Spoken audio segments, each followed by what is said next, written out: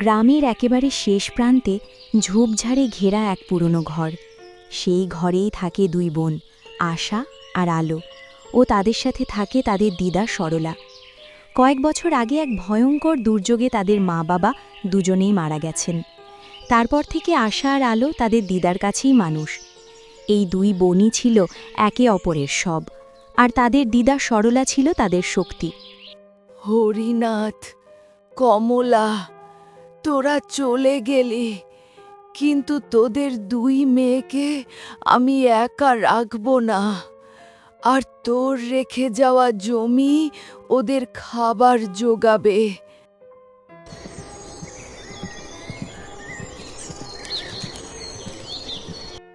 একদিন সকালে আলো মন্দির থেকে ফিরছে, হাতে পুজোর থালা, চোখে মুখে সরল হাসি।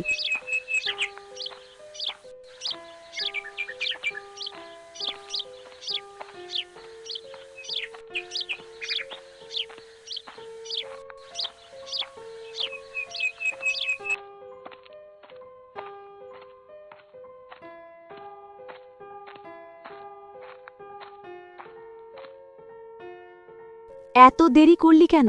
সূর্য তো মাথার উপর উঠে গেছে। দিদি, গৌরী কাকিমার গরুটা ঝোপে আটকে গিয়েছিল, না বের করে আসতে পারলাম না। তোর সবসময় অন্যের কাজই আগে, নিজের ঘরে হাঁড়ি জ্বলছে কিনা তার খেয়াল নেই। তোকে আর কত বোঝাতে হবে? এই জন্য আমার রাগ হয়।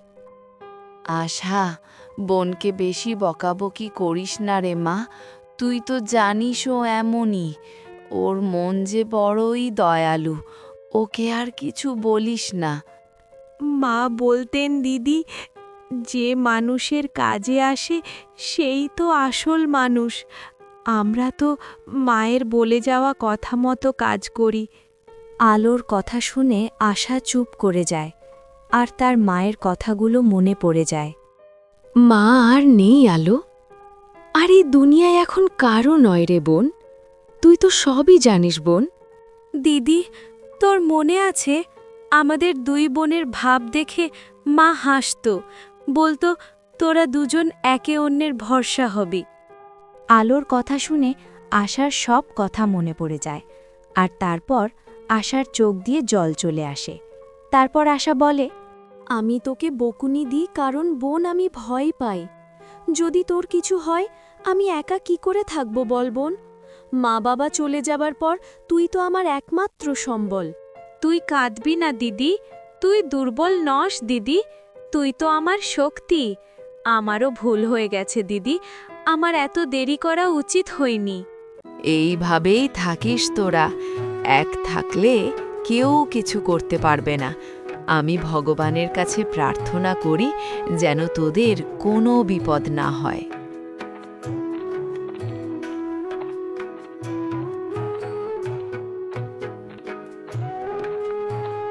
আমার সোনা বোন, আমি যে তোকে খুব ভালোবাসি বোন।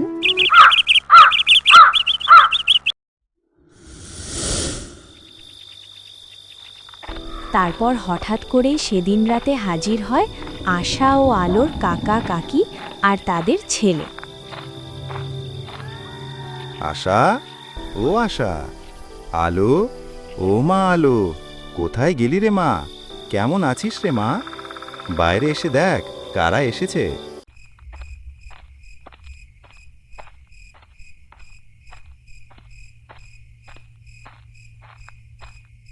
আমরা ঠিক আছি কাকা, তোমরা সবাই কেমন আছো গো? কতদিন পরে এলে। মা বাবা চলে যাওয়ার পর খুব কষ্টে আছিস না? যদি তোর বাবার জমিটা আমাদের নামে লিখে দিতিস, তাহলে তোরা আমাদের বাড়িতেই থাকতে পারতিস। এমনিই তো জমিটা নষ্ট হয়ে পড়ে আছে, এই রকমভাবে জমিটা পড়ে থাকলে আর তো কিছু করা যাবে না। মেয়েরা জমি নিয়ে কি করবে শুনি? মনে রাখিস, তোরা একদিন কাঁদতে কাঁদতে আমাদের কাছেই আসবি, তখন তোদেরকে দূর দূর করে তাড়িয়ে দেব। রঘুবীর নিজের উদ্দেশ্য পূরণ করতে না পেরে সেখান থেকে রেগে চলে যায়, আর আশা ওদের ব্যবহার দেখে অবাক হয়ে তাকিয়ে থাকে।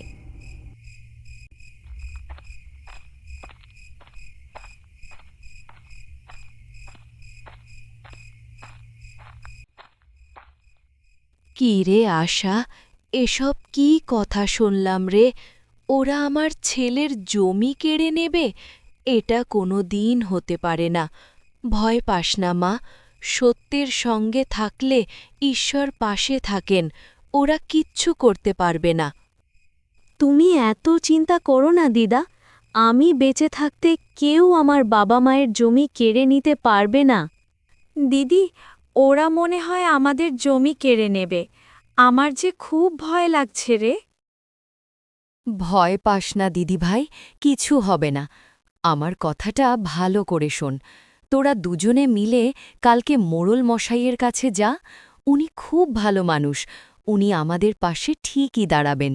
যাব গো দিদা, তবে তার আগে কালকে আমাদের জমিটা একবার গিয়ে দেখে আসব। কিছু সবজি লাগানো হয়েছিল, গিয়ে দেখতে হবে সব ঠিক আছে কিনা।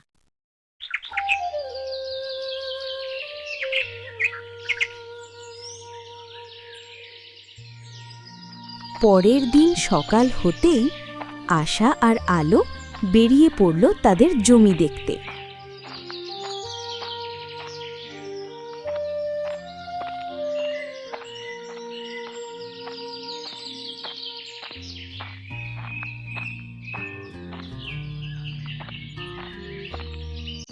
দিদি, আমাদের জমিটায় কত সবজি হয়েছে রে!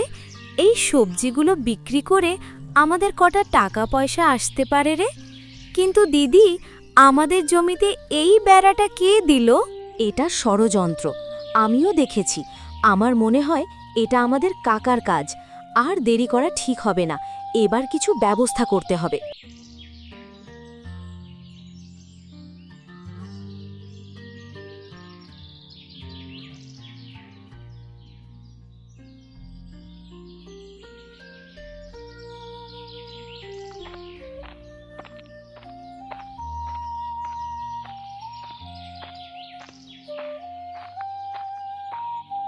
কি হলো রে দিদিভাইরা, তোদের মুখগুলো এমন লাগছে কেন? জানো দিদা, কাকা উঠে পড়ে লেগেছে আমাদের জমি কেড়ে নেবে বলে। হ্যাঁ গো দিদা, দিদি ঠিক কথাই বলেছে। জমিতে অনেক বড় বেড়া দেওয়া হয়েছে। জমি শুধু মাটি না, এতে আমার ছেলের ঘাম আছে। ওদের সাহস বেড়ে গেছে। তোরা আর দেরি করিস না দিদিভাই, এক্ষুনি মোড়ল মশাইয়ের কাছে যা। এই জমি তোদের বাবা মায়ের, এই জমিটুকুই তো আমাদের সম্বল। ভয় নেই দিদা, আমি আর বোন এক্ষুনি যাচ্ছি মোড়ল মশাইয়ের কাছে।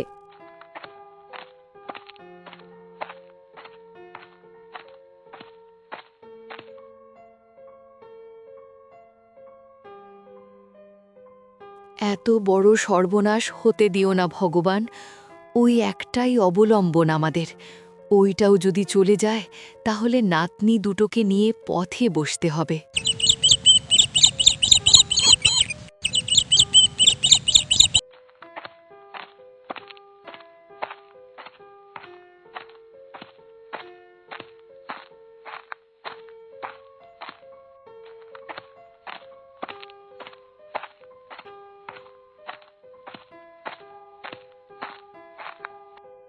আরে, এ যে দেখছি আশা আর আলো।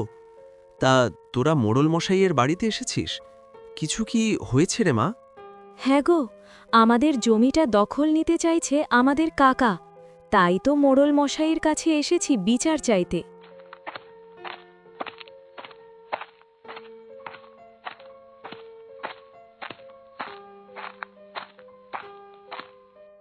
কিরে আশা, তোরা এখানে কিছু দরকার আছে? আজ্ঞে মোড়ল কাকা, আমাদের বড়ই বিপদ।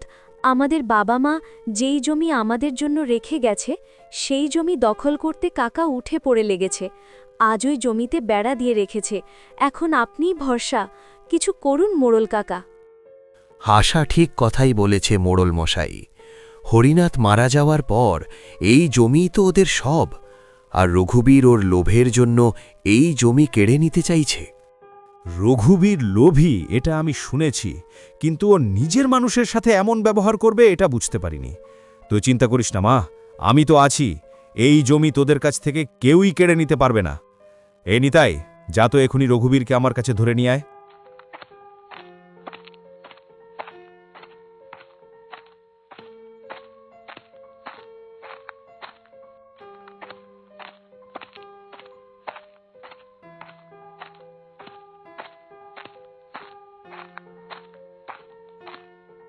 মোড়ল মশাই, আপনি আমাকে ডেকেছেন? আজ্ঞে বলুন, আমি আপনার কি সেবা করতে পারি? হতভাগা, তুই কি না আমার সেবা করবি? তোর এত লোভ, আমার গ্রামের মানুষদের উপর তুই অত্যাচার করবি? শুনে রাখ, এই জমি ওদের, আর ফের যদি তুই সাহস করিস ওদের জমি কেড়ে নেবার, তাহলে তোকে এই গ্রাম থেকে আমি তাড়িয়ে দেব। যা, বেরো এখান থেকে।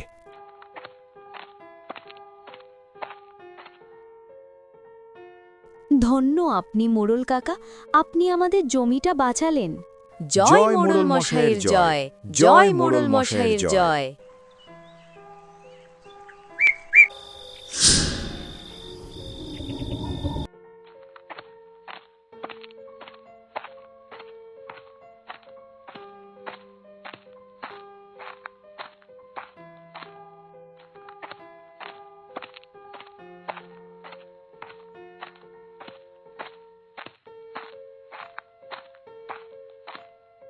কি গো, দুপুর গড়িয়ে সন্ধে হয়ে গেল আর তুমি এতক্ষণে এলে? কি হলো, তোমার মুখ এমন লাগছে কেন? ওই আশা আর আলো মোড়ল মশাইয়ের কাছে গিয়ে আমার নামে নালিশ জানিয়েছে। আর ওদের কথা শুনে মোড়ল মশাই আমাকে বলেছে, আমি যদি ওদের জমি দখল করতে চাই তাহলে আমাকে গ্রাম ছাড়া করবে। আরে কি হলো বলো তো গিন্নি? আগুন লেগেছে বলে সবাই চিৎকার করছে কেন? চলো গিয়ে দেখি। আগুন লেগেছে, আগুন লেগেছে, আগুন লেগেছে, আগুন লেগেছে, আগুন লেগেছে, আগুন লেগেছে।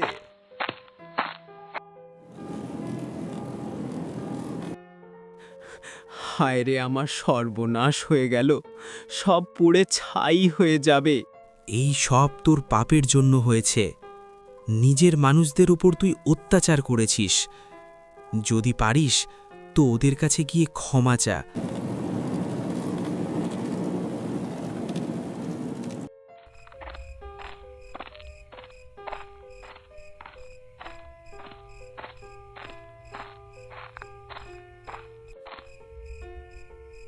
মা, আশা, একবার বাইরে আয় মা, আমাদের যে সর্বনাশ হয়ে গেছে।